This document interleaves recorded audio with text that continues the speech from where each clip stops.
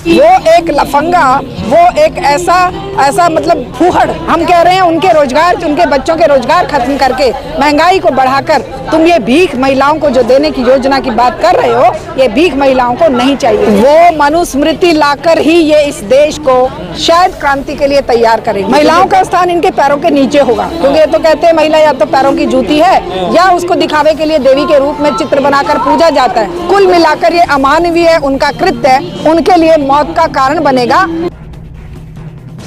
कि हमें एक इंसान का दर्जा, बराबरी का दर्जा ये समाज दे, ये व्यवस्था दे, लेकिन इस व्यवस्था ने हमें एक वस्तु के रूप में, सामान के रूप में प्रयोग किया है और ये प्रयोग और ज़्यादा बदतर होता जा रहा है। कहीं पर ये मीडिया में नंगे उघाड़े चित्रों के माध्यम से अपना सामान बेचते हैं, कहीं ये हमारे माध्यम से, हमारे नाम से ये राष्ट्रपति तक पद पे पहुंचा देते हैं और कहते हैं देखो हमने राष्ट्रपति बना दी महिला, देखिए हमने कितना बड़ा काम कर दिया। अभी मुख्यमंत्री बनी है महिला, लेकिन उन महिलाओं का खुद का सोच क्या है, वो खुद क्या सोचती हैं, खुद उनका क्या महिलाओं के प्रति, महिलाओं के व्यक्तित्व के प्रति उनका खुद का सोच उन पुरुषों से भी बदतर है जिनको ये अपनी गुलाम बनाकर सत्ताओं में बिठाते हैं। और अब तो देश आजाद है, संविधान का राज है देश में।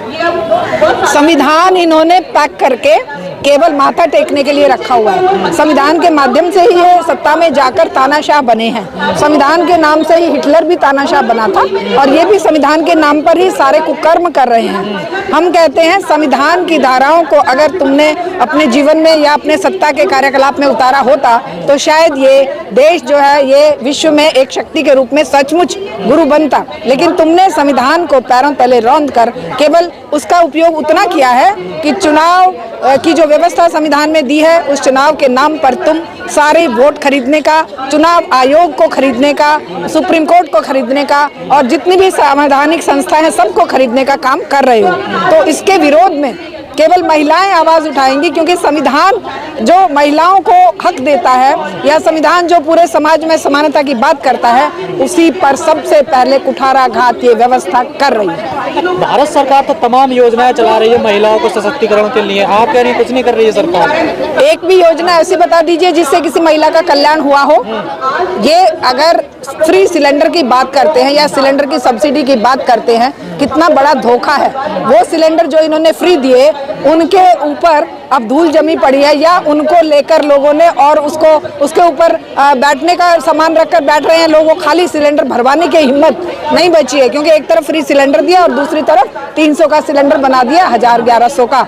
उसी तरह से जनधन योजना महिलाओं के लिए लागू करी, उनके खातों में जो पहले से 200-400 रुपए थे वो मिनिमम बैलेंस के नाम पर उनको भी इन्होंने हड़प लिया। महिलाओं को ये अभी कह रहे हैं 2500 रुपए, 1000 रुपए, 2000 रुपए देंगे। हम कह रहे हैं उनके रोजगार, उनके बच्चों के रोजगार खत्म करके महंगाई को बढ़ाकर तुम ये भीख महिलाओं को जो देने की योजना की बात कर रहे हो, ये भीख महिलाओं को नहीं चाहिए। महिलाएं खुद इतनी हिम्मत रखती हैं, उनके हाथों में इतनी ताकत है कि वो तुम्हें भी कमा के खिला रही हैं। तुम टैक्स पेयर के पैसे से ही आज सत्ता में बैठे हुए हो, वो महिलाओं की मेहनत का परिणाम है। महिलाएं हर तरह से काम करती है, घर में भी करती है, बाहर भी करती है, स्कूल कॉलेज यूनिवर्सिटियों में पढ़ाती भी है, फैक्ट्रियां भी चलाती है, हवाई जहाज भी चलाती है, मेट्रो भी चलाती है, रेलें भी चलाती है। तुम क्या करते हो? तुम महिलाओं के, युवाओं के और दलित और मासूम और आपके जो मजदूर किसान है उनके हक का खाकर सत्ता में बैठते हो। 8,500 करोड़ के हवाई जहाज में रोज बाहर घूमते हो, 14 लाख करोड़ का सूट पहनते हो। तो ऐसे लोग क्या महिलाओं को के अधिकार की बात कर रही है, लेकिन एक पक्ष ऐसा भी है जो मनुस्मृति की बात करता है और जो मनुस्मृति महिलाओं के विरोध में है। देखिए वो मनुस्मृति लाकर ही ये इस देश को शायद क्रांति के लिए तैयार करेंगे, क्योंकि वो मनुस्मृति जो इंसान के दर्जे से नीचे गिराती है औरत को, दलित को, है आदिवासी को, जो ये उनको मतलब ऐसा दर्जा देते हैं कि वो तो इंसान है ही नहीं। मुट्ठी भर लोग, केवल 2% लोग जो सत्ता में रहेंगे और जो शासक होंगे वही इनके लिए सर्वे सर्वा होंगे, खुदा होंगे। लेकिन आम जनता को ये पैरों तले रौंदने का, मनुस्मृति का जो व्यवस्था पर काबिज करने की बात कर रहे हैं, उसका पुरजोर विरोध इस पूरी 140 करोड़ जनता को खड़े होकर करना पड़ेगा। ये जो हिंदू राष्ट्र की आवाज उठ रही है, इसमें महिलाओं का स्थान क्या होगा? इस हिंदू राष्ट्र में महिलाओं का स्थान इनके पैरों के नीचे होगा, क्योंकि ये तो कहते हैं महिला या तो पैरों की जूती है या उसको दिखावे के लिए देवी के रूप में चित्र बनाकर पूजा जाता है। लेकिन ऐसा कभी आज तक हुआ नहीं है कि किसी महिला को इन्होंने सम्मान दिया हो। किसी भी कोई भी महिला इनकी पार्टी में देख लीजिए या संघ में देख लीजिए, कोई एक महिला बता दीजिए जिसको इन्होंने बराबरी का दर्जा देकर सम्मान दिया हो। हमें तो याद नहीं, हम तो जब से देख देख रहे हैं, इन्होंने महिलाओं को कुचला है। और मनुस्मृति की व्यवस्था अगर लागू होती है तो ये देश देखिए जरूर एक दिन इतना बर्बाद हो जाएगा कि उससे बाहर निकलना मुश्किल होगा और फिर पूरे समाज को एकजुट होकर लड़ना पड़ेगा। धीरेन्द्र शास्त्री आजकल बिहार में यार, बिहार में चुनाव भी कह रहे हैं कि हिंदू राष्ट्र के लिए मैं आखिरी सांस तक लड़ूंगा। वो एक लफंगा, वो एक ऐसा मतलब फूहड़, क्या बोलेंगे उसको ना शब्द आते हैं, ना वो शिक्षित है, ना उसको एक ही चीज है कि जैसे आशाराम बापू पे, जैसे इन सदगुरु पे, जैसे राम रहीम पे सत्ता का हाथ था, वैसे ही इस पर भी सत्ता का हाथ है। वरना एक 25-26 साल का लड़का इतनी हिम्मत कैसे कर लेगा कि किसी के भी प्राइवेट मामलों को ऐसे सार्वजनिक रूप से ये गालियों के रूप में प्रयोग करता है। संविधान में संशोधन हो जाएगा, आप हमारा साथ दीजिए। हाँ, वो सत्ता ने इसको चढ़ा रखा है ना। सत्ता कह रही है कि तुम हमारी चापलूसी करो और तुम्हें हम बहुत बड़ा महानायक बना देंगे। और जो सत्ता के साथ चापलूसी करने वाले लोग हैं, इतिहास उनके साथ जो करता है वो आप सभी जानते हैं। इतिहास में उनको हिटलर की तरह रौंदा जाता है और शर्म आती है उन लोगों का नाम लेते हुए भी आने वाली पीढ़ी को। यही हाल धीरेन्द्र शास्त्री का होने वाला, आशाराम को होने वाला, राम रहीम का होने वाला। उनको संरक्षण देने वाली इस व्यवस्था का। महिलाओं की सुरक्षा की बात कोई नहीं करता है, रोजगार की बात कोई नहीं करता है, कोई औरंगजेब की बात कर रहा है। एक संभल के सीईओ है, वो कह रहे हैं कि रमजान तो रोज रहते हैं, जो जुम्मे की नमाज तो पढ़ी जाती है, लेकिन होली वाले दिन अपने घर में नमाज पढ़े। तो इस तरह की जो बातें हो रही हैं, इनसे क्या होगा? देखिए, ये देश एक ऐसी फुलवारी है जिसमें तरह तरह के फूल हैं। जो भी व्यक्ति इस फुलवारी को तहस नहस करना चाहेगा, जो भी व्यक्ति इस फुलवारी में कांटे बोना चाहेगा या कुचलना चाहेगा, उसे ये इतिहास भी माफ नहीं करेगा, जनता भी माफ नहीं करेगी। और कुल मिलाकर ये अमानवीय उनका कृत्य उनके लिए मौत का कारण बनेगा। आज लोग भुगत रहे हैं, एक माइनॉरिटी में लोगों के ऊपर जो अन्याय अत्याचार हो रहे हैं। अभी मैं सुन रही थी कि वो नमाज पढ़ने पे 1 करोड़ का जुर्माना। अरे लूट लो, तुम इन विचारों को बर्बाद कर दो। लेकिन कभी भी किसी भी आज आप देख रहे हैं कि यहूदी जो हिटलर ने बर्बाद किए थे, आज वो पूरे विश्व को बर्बाद करने पे तुले हुए हैं। तो इस तरह की अन्याय अत्याचार की जो जवाब होता है वो उसी रूप में होता है। इसलिए हम चाहेंगे कि लोग, क्योंकि वो खुद अपने लिए नहीं लड़ पा रही है, वो माइनॉरिटी कम्युनिटी आज बिल्कुल कोने में लगा दी है।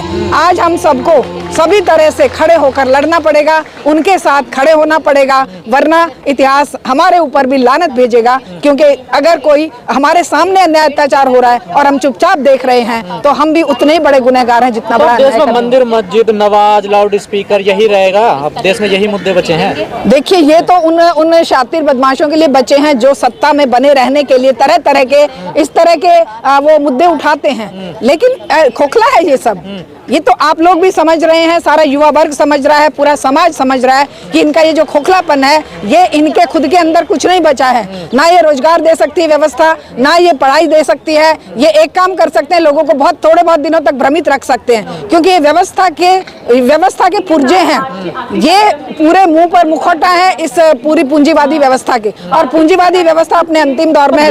तरजीह देती है ना इनको। देखिए भाई, मीडिया तो उनका गुलाम हो चुका है ना। मीडिया कैसे उनको एडवर्टाइजमेंट मिल रहे हैं करोड़ों के। मीडिया को उन्हीं के दाने चुगकर, उनकी चापलूसी करके, पैरों में लेट कर जो टुकड़े मिल जाते हैं। आपकी तरह पसीना बहाने मीडिया थोड़ी निकलता है। आप लोग जो सड़क पर पसीना बहाते हो और निस्वार्थ भाव से काम करते हो, वो उन मीडिया में हिम्मत नहीं बची है। वो मीडिया ताकत खो चुका है। सदी में है, 75 साल देश को आजाद हो गया, अमृतकाल देश में चल रहा है। और आज भी दलित अपनी घोड़ी पर नहीं बैठ सकता है। मथुरा में 2 दुल्हनों को पीटा, उनकी बारात भगा दी गई वापस। यही तो शर्मनाक स्थिति है ना। फिर ये स्वर्ण क्या कर रहे हैं, इनके ऊपर भी यही होने वाला है।